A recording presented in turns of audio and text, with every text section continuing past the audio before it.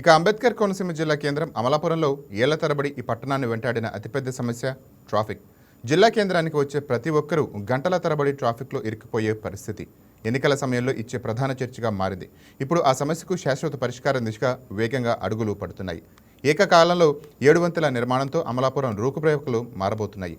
ఇప్పటికే 2 వంతెనలు ప్రజలకు అందుబాటులోకి రాగా మరో 5 వంతెల పనులు శరవేగంగా కొనసాగుతున్నాయి. ఎమ్మెల్యే అయ్యాబొత్తుల ఆనందరావు చొరవతో అమలవుతున్న ఈ ప్రాజెక్టులు ట్రాఫిక్ సమస్యకే కాదు, కోనసీమ భవిష్యత్తు అభివృద్ధికి కూడా కొత్త దశ చూపనున్నాయి. అంబేద్కర్ కోనసీమ జిల్లా కేంద్రం అమలాపురం పరిపాలన, విద్య, వైద్యం, వ్యాపార కార్యకలాపాలకు ప్రధాన కేంద్రం. ప్రతిరోజు వేలాది మంది ప్రజలు, వందలాది సరుకు వాహనాలు ఈ పట్టణం మీదుగానే ప్రయాణిస్తూ ఉంటాయి. అయితే ఇరుకు రహదారులు, కాలువలపై తగిన వంతెనలు లేకపోవడంతో ట్రాఫిక్ సమస్య రోజురోజుకు తీవ్రమైంది. అత్యవసర సేవల వాహనాలు సైతం ట్రాఫిక్లో చిక్కుకుపోయే పరిస్థితి నెలకొంది. ప్రజల దైనందిన జీవితాన్ని తీవ్రంగా ప్రభావితం చేసిన ఈ సమస్య 2024 ఎన్నికల్లో ప్రధాన ఎజెండాగా మారింది. ఈరోజు అమలాపురం అభివృద్ధి విషయం గడ కొద్దిలోకి కూటమి ప్రభుత్వంలో ఇక్కడ మా అమలాపురం శాసనసభ్యుడు అయ్యాబొత్తుల ఆనందరావు గారు అభివృద్ధి చేసి చూపెట్టాడు అన్న విషయాన్ని చెప్పడంలో ఎటువంటి అసూయక్తి లేదని సందర్భం తెలియజేస్తున్నాను.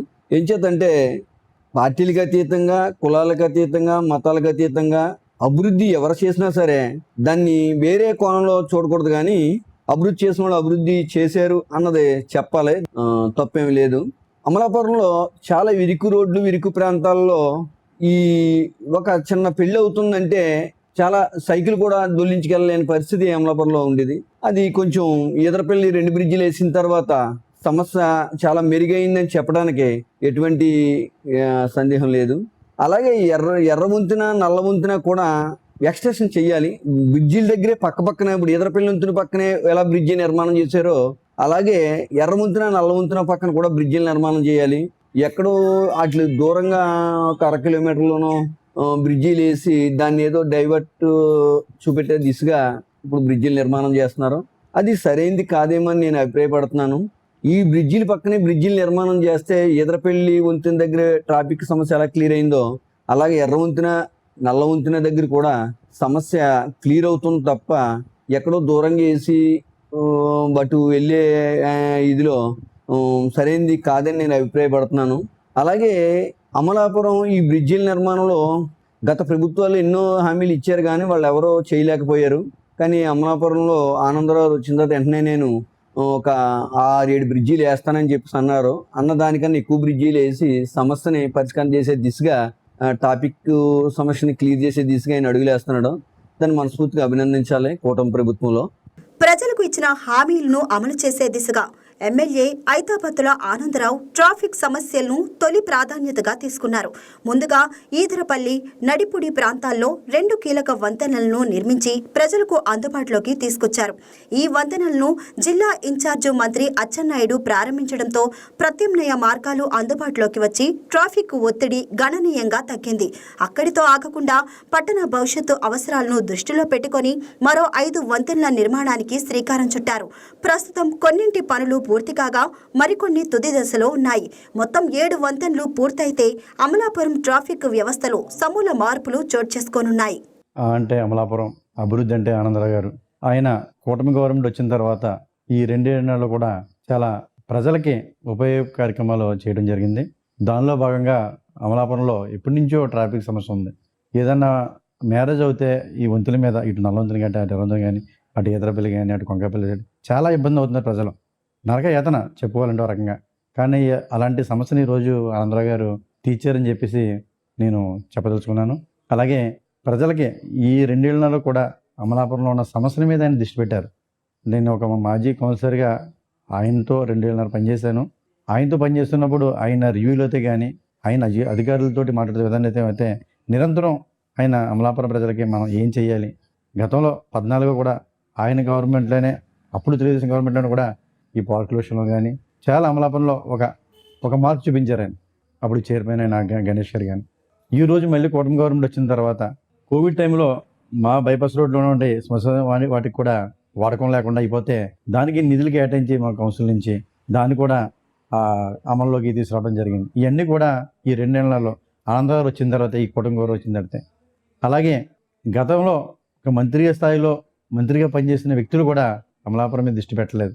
మంత్రి స్థాయిలో చాలా గ్రాంట్లు ఎక్కువ ఉంటాయి, నిధులు ఎక్కువ ఉంటాయి, అయినా కూడా ఏమీ చేయలేకపోవడం చాలా బాధాకరం. అలాగే ఈరోజు గత గవర్నమెంట్లో చూసాం, ప్రజలంతా ఎంత ఇబ్బంది పడ్డారో. రోడ్ల మించి వెళ్ళాలంటే భయపడిన పరిస్థితి.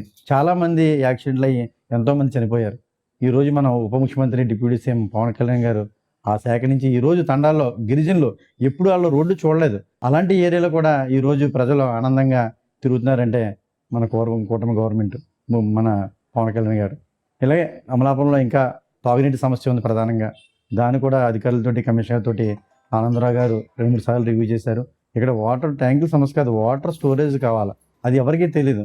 అది నిజంగా ఆ రోజు రివ్యూ చేసినప్పుడు నాకే ఆనందం కలిగింది. ఆనందరావు గారు అధికారులతో రివ్యూ చేసి తొందరలోనే ఆ వాటర్ సమస్య లేకుండా కూడా తొందరలోనే పరిష్కారం చేస్తారు.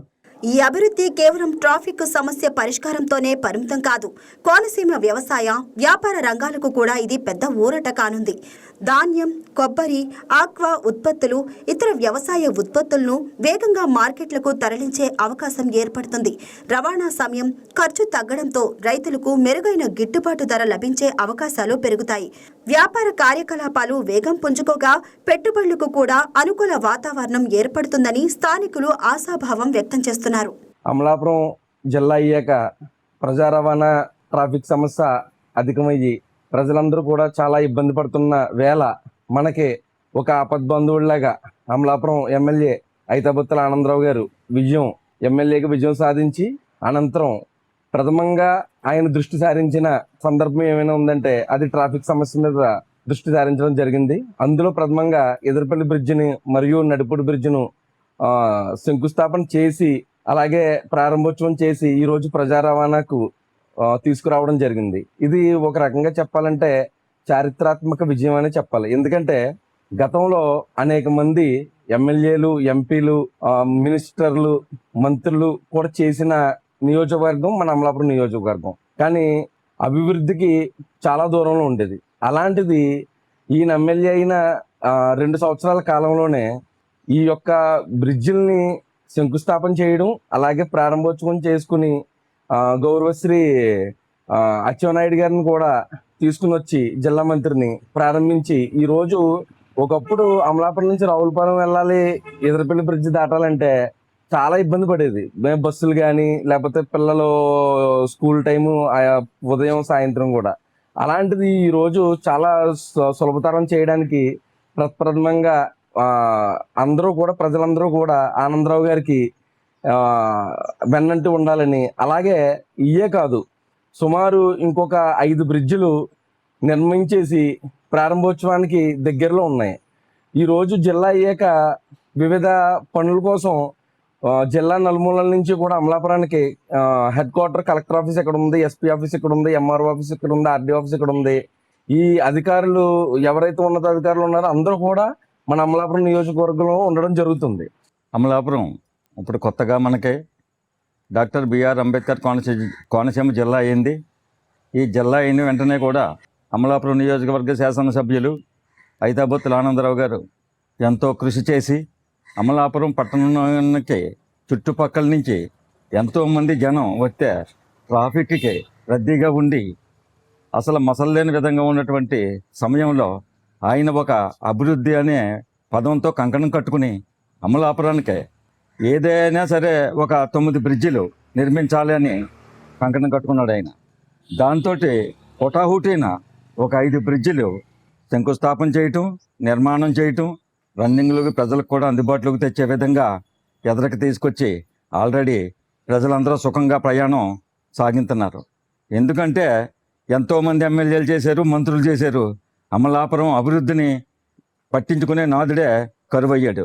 ఈ జిల్లా స్థాయిలో మన అమలాపురం కూడా కాకినాడ, రాజమండ్రి ధీటుగా తయారవ్వాలనే సంకల్పం మన ఎమ్మెల్యే ఐతాబత్తుల ఆనందరావు గారిలో ఉండి ఈ బ్రిడ్జిలు నిర్మాణం చేయడం జరిగింది. అందులో ఒకటి ఎదురుపల్లి బ్రిడ్జి, ఇందుపల్లి బ్రిడ్జి, అయ్యప్ప స్వామి గుడి దగ్గర బ్రిడ్జి, అలాగే ఒకటి తాత్కాలికంగా వేసిన దాన్ని కూడా ప్రజల కోరి మేరకు మళ్ళీ దాన్ని పెద్ద బ్రిడ్జి కింద చేయటం జరిగింది. అలాగే నల్లా సూర్యచంద్రరావు ఘాటి దగ్గర ఒక బ్రిడ్జి, సుమారుగా 5 బ్రిడ్జిలు ఇవాళ ప్రజలకు అందుబాటులోకి తెచ్చి జిల్లా స్థాయిలో అమలాపురం ఉన్నదని నిరూపించడానికి ఈ బ్రిడ్జిల్ని ప్రజలందరికీ అంకితం చేసి ట్రాఫిక్కి సులభతరం చేసి ఎంతో సస్యశ్యామలమైన అమలాపురంగా తీర్చిదిద్దడానికి ఇది ఒక మైలురాయిగా చేసినటువంటి వ్యక్తి ఐతాబత్తుల ఆనందరావు గారని ఈ కూటమి ప్రభుత్వానికి ఆనందరావు గారికి కూడా కోనసీమ ప్రజల తరపున అమలాపురం నియోజకవర్గ ప్రజల తరపున ప్రత్యేక అభినందనలని ప్రజలందరూ కూడా ముక్త కంఠంతో చాటి చెప్తున్నారు. అభివృద్ధి అంటే కేవలం రోడ్లు, వంతెనలు నిర్మించడం కాదు, ప్రజల జీవితాలను సులభతరం చేసే శాశ్వత పరిష్కారాలను అందించడం.